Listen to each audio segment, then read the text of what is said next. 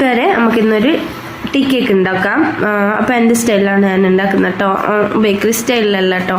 അപ്പോൾ നമുക്ക് 1 കപ്പ് മൈദ എടുക്കാം, പിന്നെ 1/4 കപ്പ് റവയും എടുക്കാം. റവ ഇടുമ്പോൾ നല്ലൊരു സോഫ്റ്റ്നെസ് ഉണ്ടാവും, തിന്നാനൊരു നല്ലൊരു ക്രഞ്ചി ഫീൽ, ഒരു തരിതരിപ്പനായിട്ട് വരും. ടീ കേക്ക് നമുക്ക് കുറച്ച് അങ്ങനെയാണല്ലോ വേണ്ടത്. അപ്പം പിന്നെ ബേക്കിംഗ് സോഡ ഒരു സ്പൂണിൽ ഇത്തിരി മതിയാവും.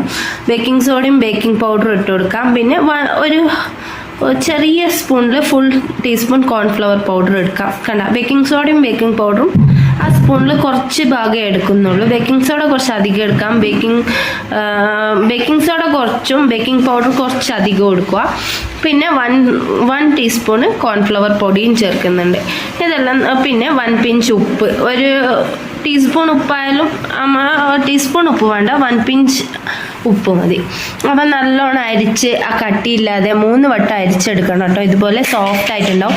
പിന്നെ നമുക്കൊരു 3 മുട്ട എടുക്കാം.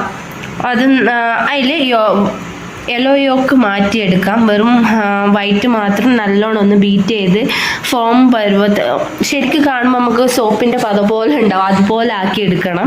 അതിനുശേഷം നമുക്ക് പഞ്ചസാര പൊടിച്ചെടുക്കാം. 1/4 കപ്പ് ഷുഗർ എടുക്കാം, അതും പൊടിച്ചെടുക്കാം.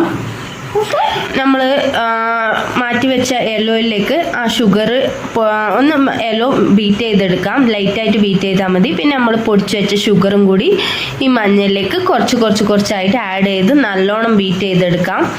ഇതുപോലെ ഓരോ ടീസ്പൂണായിട്ട് ആഡ് ചെയ്ത് ഫൈനലി നല്ലോണം ഫുള്ളായിട്ട് പൗഡർ ഇട്ട് നല്ലോണം ബീറ്റ് ചെയ്ത് നല്ല വൈറ്റ് കളറായിട്ട് വരും. യെല്ലോയിഷ് എല്ലാം മാറി ഒരു ക്രീം ലൈറ്റ് കളറായിട്ട് വരും. അതിന് ശേഷം അത് നല്ലോണം ബീറ്റ് ചെയ്തെടുക്കാം. ബീറ്റ് ചെയ്തെടുത്തതിന് ശേഷം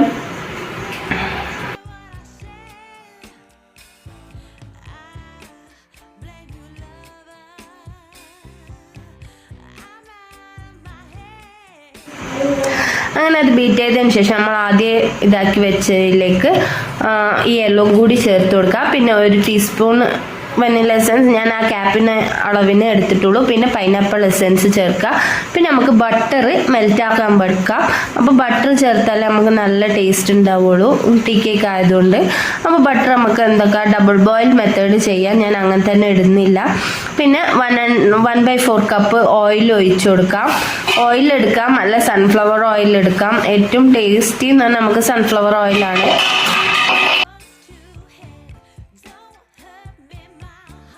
അപ്പോൾ നമ്മളെ ബട്ടർ ഒന്ന് മെൽറ്റ് ചെയ്യാൻ വെക്കാം കേട്ടോ. നമുക്ക് ഡബിൾ ബോയിലിംഗ് മെത്തേഡായിട്ട് വെക്കാം. പിന്നെ 1/4 കപ്പ് മിൽക്ക് ഒഴിച്ചു കൊടുക്കാം, എന്നാൽ നല്ല ടേസ്റ്റ് ഉണ്ടാവും. 3 മുട്ടയും 1/4 കപ്പ് മിൽക്കും പിന്നെ ആ പൗഡർ നമ്മൾ നേരത്തെ അരിച്ച് സെറ്റാക്കി വെച്ച പൗഡറും കൂടി ചേർത്ത് നല്ലോണം ബീറ്റ് ചെയ്തെടുക്കാം. ബീറ്റ് ചെയ്ത് നല്ല ക്രീമി പരുവായി വരുമ്പോൾ നമുക്ക് ഏകദേശം അപ്പത്തിന് നമ്മളെ ബട്ടറും കൂടി മെൽറ്റായി വരും.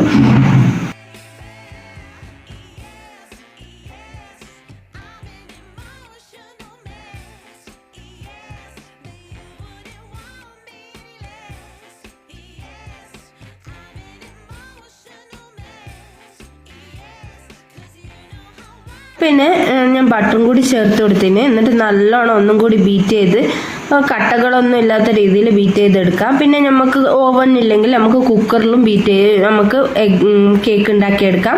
അപ്പം ബേക്കിംഗ് പേപ്പർ അതിൽ വെച്ച് കൊടുത്തിട്ട് നമുക്ക് ഒരു ഗീയോ അല്ല ബട്ടറോ അല്ലെങ്കിൽ ഓയിലോ ഏത് വേണേലും എടുക്കാം.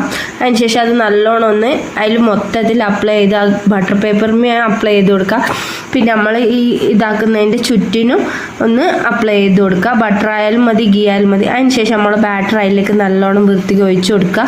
അതിനുശേഷം നമുക്ക് കുക്കറിൻ്റെ വിസിൽ ഊരിയിട്ട് നമുക്കൊരു ഫ്രൈ പാനോ അല്ലെ ദോശ തവയോ ഒരു 5 മിനിറ്റ് ഹീറ്റ് ചെയ്തിട്ട് അതിൻ്റെ മേലെ കയറ്റി വെക്കുക.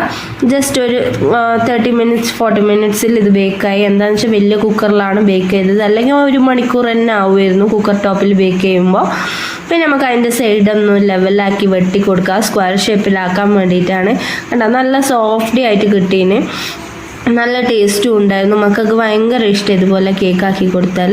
അപ്പോൾ 2 പീസായിട്ട് കട്ട് ചെയ്തിട്ട് ചെറിയ പീസുകളാക്കാം നമുക്ക് കേക്ക്. അപ്പം വീഡിയോ ഇഷ്ടപ്പെട്ടാൽ എല്ലാവരും ലൈക്ക് ചെയ്യുക, സബ് ചെയ്യുക, ഷെയർ ചെയ്യുക. Thank you friends.